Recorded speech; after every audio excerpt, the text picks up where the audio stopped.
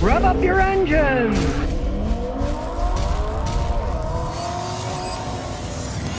Well, you remember that new CEO of Stellantis says he's going to turn things around? Well, I think he turned around the wrong way.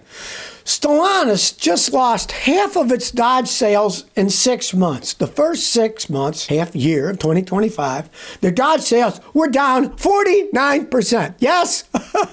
Guess what? He's not turning it around too quickly. He's still going backwards. Stellantis itself, in the United States, their sales overall are down 11%.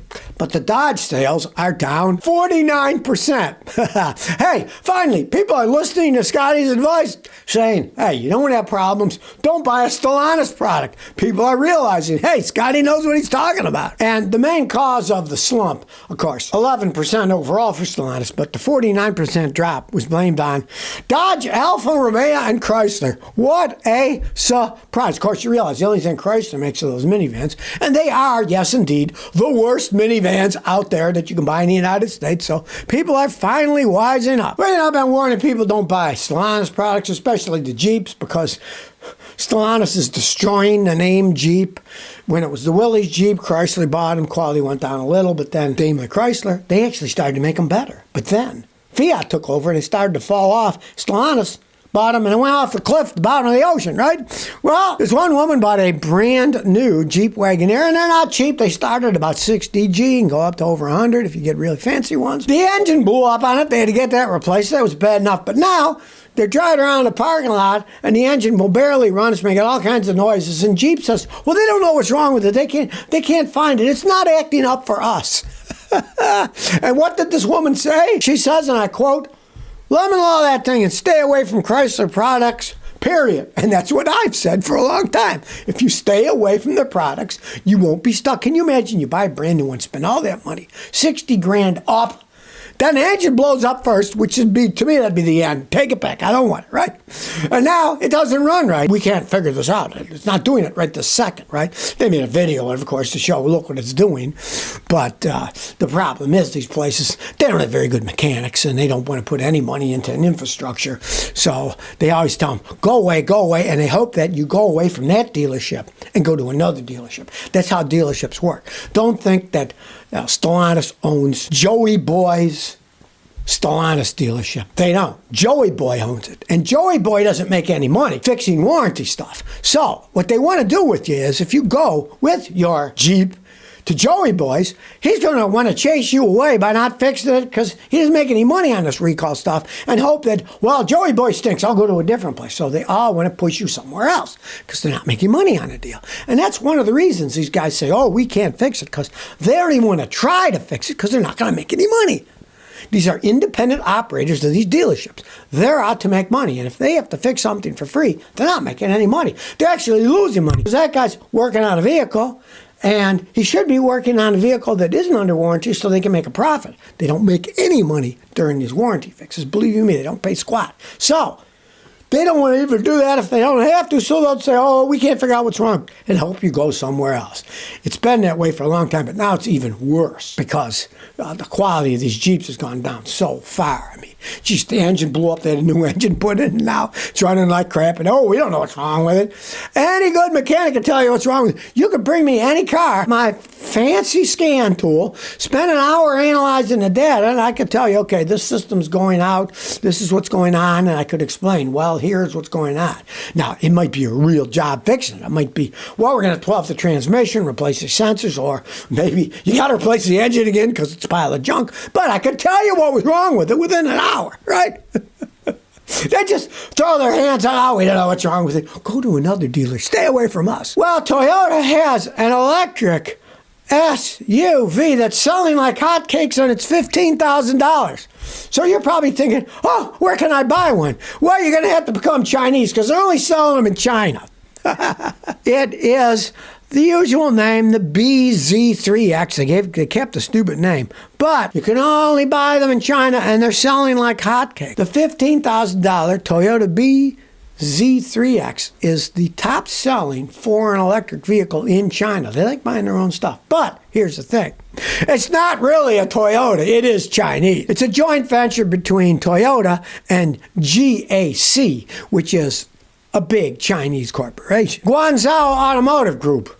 So basically Toyota's having the Chinese build it, they're putting their name on it and they're selling like hotcakes. So even though they say this is the best selling foreign electric vehicle in China, it's really not a foreign, it's got the Toyota name on it, but it's made in China, people. It's made in China. It's just another one of these deals where they're selling somebody else's car under their name, like Honda and Acura sell electric vehicles, but they're just totally rebranded GM electric SUVs. Well, Ford now says that their Michigan battery plant still qualifies for production tax credits under the new Trump law. You know, Trump's got the law that they're cutting all this electric vehicles, making batteries, making electric vehicles, right? Well, Ford says it's going to still build its $3 billion battery plant because their lawyers say that due to a technicality, they still have to get their subsidies. Now, Trump's thing says they're going to borrow this tax credits for batteries using components from or under license from certain Chinese companies. And guess what? Ford's factory is all based on CATL technology. That's the Chinese battery company. CATL, not Moo Moo Cattle, that cattle. It's a battery making company, and they make probably more batteries than anybody in the world for cars, right?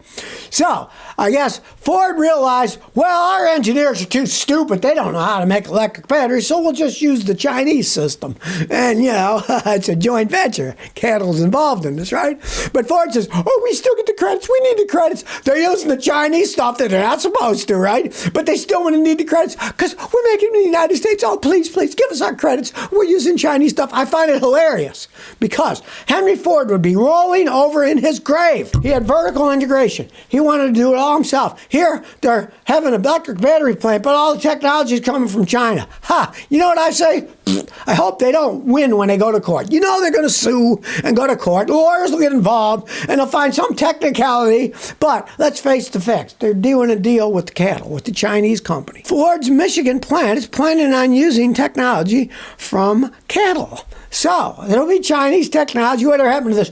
Well, they can't take our technology because that's national security. Well, okay, we're going to take the Chinese, right? Now, the Chinese think they're going to whine. They're taking our technology. The Chinese are going to say, right?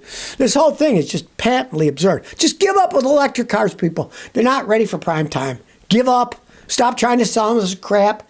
It's Chinese, but then put an American label on it. It reminds me of the Simpson power washer I bought a few months ago. That I got it right away. The pump for the high pressure water was broken and leaking all over the place, right? And on the top it said A, and it looked, oh, it's American, right? So I took the broken pump off of the stand. The bottom of the stand covered the bottom of the pump. And then when I turned the pump over, after I took it off the stand, it said made in China, right?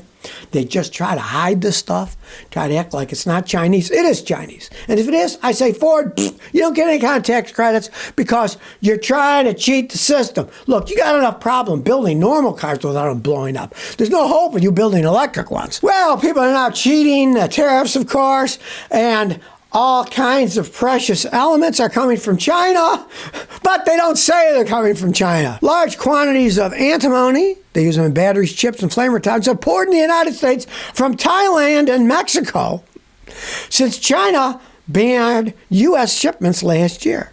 So, hey, now the Chinese are at the other end of it. They're like, we're not going to sell you these precious minerals. So, guess what? So the Chinese are selling to people in Thailand and Mexico. Then they sell it to the United States.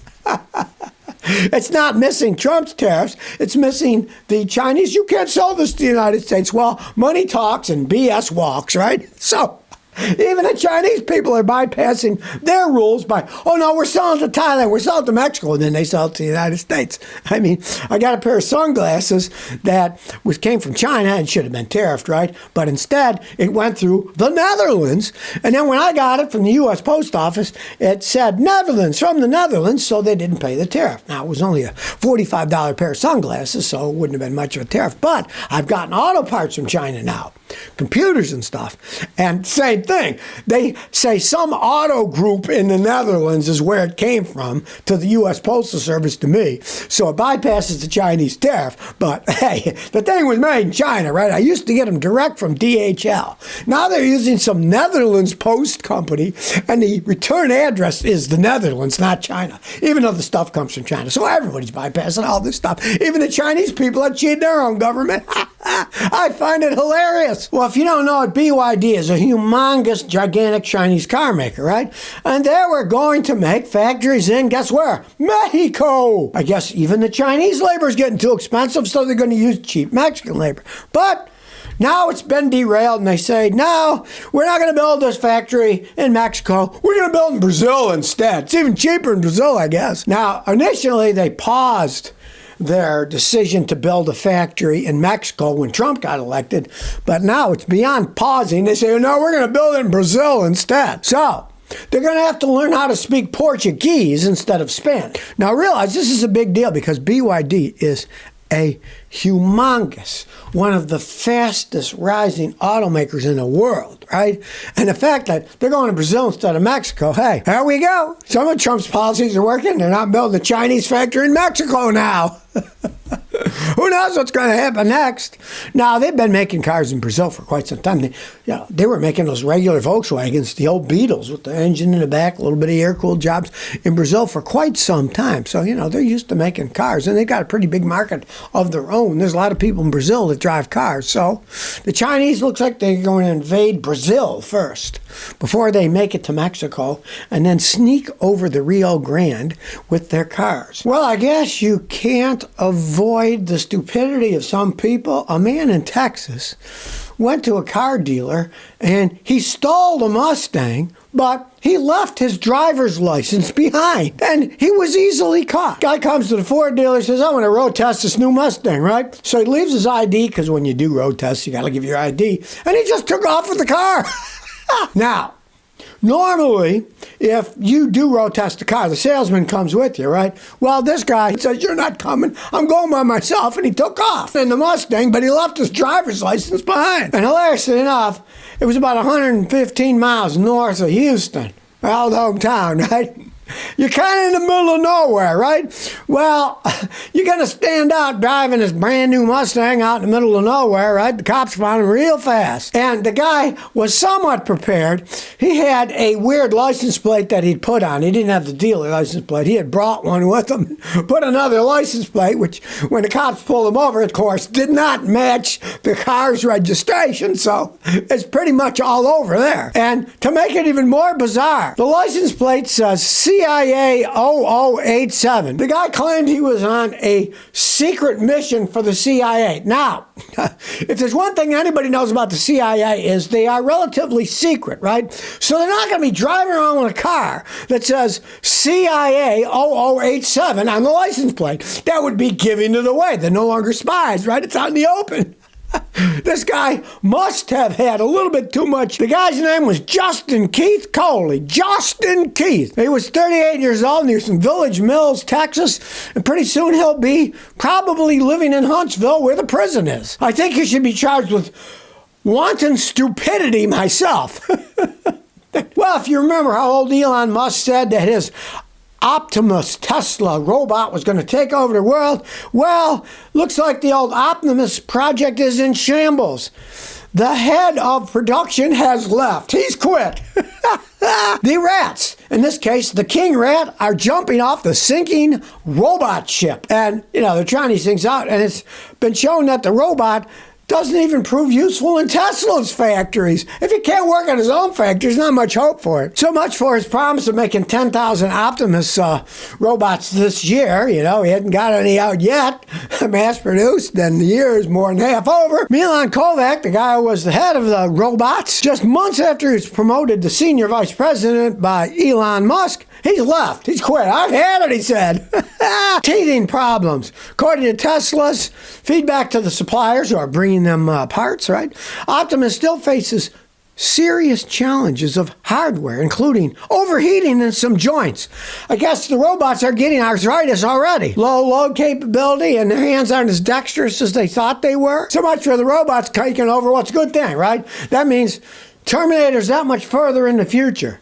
Maybe I won't be around when they get the Terminator robots to finish them off. And it looks like they're not going to be made by Elon Musk either. So if you never want to miss another one of my new car repair videos, remember to ring that bell.